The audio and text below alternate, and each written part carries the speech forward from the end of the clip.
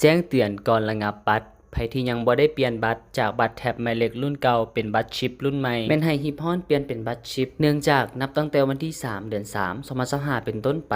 ทกตลจะเริ่มปิดให้บริการบัตร ATM ที่เป็นแท็บหมายเลขรุ่นเก่าและให้ทานเปลี่ยนมาเป็นบัตร ATM รุ่นใหม่ที่มีชิปเพื่อยกระดับบัตร ATM ของทานให้มีประสิทธิภาพดียิ่งขึ้นสามารถเปลี่ยนบัตรได้ผ่าน2ช่องทางคือ1ผ่านแอป BCEL One และผ่านป้องบริการของ BCELจุดบริการเปลี่ยนบัตรสำหรับนครหลวงเวียงจันทน์แม่นอยู่ที่สาขาเศรษฐาซึ่งจะบ่ได้กดคิวมีป้องบริการเปลี่ยนบัตรเฉพาะวิธีเปลี่ยนเป็นบัตรชิปด้วยตนเองผ่านแอป BCEL One ถ้าทานอยู่นครหลวงเวียงจันทน์ให้เลือกรับอยู่สาขาเศรษฐาจะได้รับบัตรใหม่ภายใน 3-7 วันและบ่ได้กดคิวเวลาไปรับบัตรขั้นตอนนำอิฐหลังจากเข้าสู่ระบบ BCEL One ให้กดไปที่ปุ่มเปลี่ยนเป็นบัตรชิปหรือกดไปที่เมนูออกบัตรชิป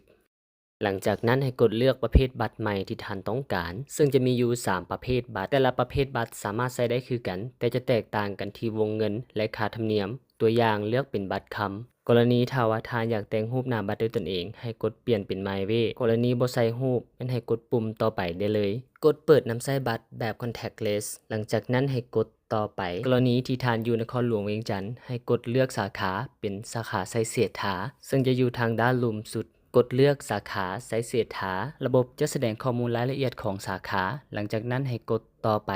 กดสอบเบอร์โทรศัพท์ของท่านว่าเป็นเบอร์ที่ท่านใช้ปัจจุบันหรือบ่ถ้าบ่ถูกต้องให้กดแก้ไขแล้วกดต่อไปหลังจากนั้นระบบจะส่งรหัสยืนยันเข้าให้ทางข้อความของเบอร์โทรศัพท์ที่ท่านป้อนให้ป้อนรหัสที่ท่านได้รับใส่แล้วกดต่อไปซึ่งรหัสผ่านจะเป็นตัวอักษรภาษาอังกฤษตัวพิมพ์ใหญ่กดเลือกบัญชีที่จะให้ระบบตัดค่าธรรมเนียมอ่านเงื่อนไขแล้วกดยอมรับหลังจากนั้นให้กดต่อไป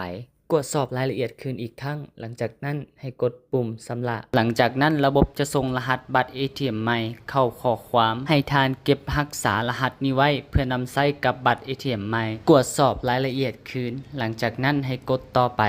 กดตกลงหลังจากนั้นให้ทานล็อกอินเข้าสู่แอป BCEL One อีกทีหนึ่งจะสังเกตเห็นบัตร ATM ใหม่ปรากฏขึ้นมามื้อที่บัตรมาฮอดจุดบริการที่ท่านเลือกรับบัตรจะมีข้อความแสดงขึ้นอยู่หน้าปกของบัตรใหม่ว่าบัตรมาฮอดแล้วให้ท่านไปรับเอาบัตรหรือท่านสามารถติดตามสถานะบัตรได้อยู่ปุ่มออกบัตรชิปเมื่อบัตร ATM มาฮอดจุดบริการแล้วท่านสามารถถือเอกสารยั่งยืนตัวตนคือบัตรประจำตัวหรือสำเนาครัวหรือพาสปอร์ตเข้าไปยื่นเอาบัตรอยู่ที่สาขาไสเสฐาได้โดยบ่ต้องกดคิวในช่วงระยะเวลาที่ออกบัตรใหม่ท่านสามารถนำใช้ BCEL One เคลื่อนไหวธุรกรรมต่างๆได้ปกติขั้นตอนนำอิฐหลังจากเข้าสู่ระบบ BCEL One ให้กดไปที่ปุ่มเปลี่ยนเป็นบัตรชิปหรือกดไปที่เมนูออกบัตรชิป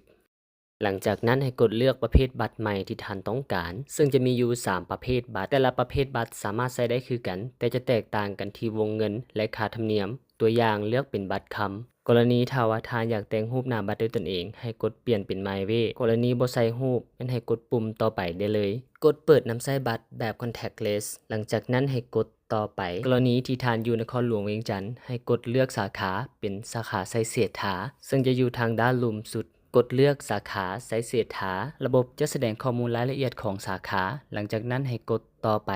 กดสอบเบอร์โทรศัพท์ของท่านว่าเป็นเบอร์ที่ท่านใช้ปัจจุบันหรือบ่ถ้าบ่ถูกต้องให้กดแก้ไขแล้วกดต่อไปหลังจากนั้นระบบจะส่งรหัสยืนยันเข้าให้ทางข้อความของเบอร์โทรศัพท์ที่ท่านป้อนให้ป้อนรหัสที่ท่านได้รับใส่แล้วกดต่อไปซึ่งรหัสผ่านจะเป็นตัวอักษรภาษาอังกฤษตัวพิมพ์ใหญ่กดเลือกบัญชีที่จะให้ระบบตัดค่าธรรมเนียมอ่านเงื่อนไขแล้วกดยอมรับหลังจากนั้นให้กดต่อไปกดสอบรายละเอียดคืนอีกครั้งหลังจากนั้นให้กดปุ่มชำระหลังจากนั้นระบบจะส่งรหัสบัตร ATM ใหม่เข้าข้อความให้ทานเก็บรักษารหัสนี้ไว้เพื่อนำใช้กับบัตร ATM ใหม่กดสอบรายละเอียดคืนหลังจากนั้นให้กดต่อไป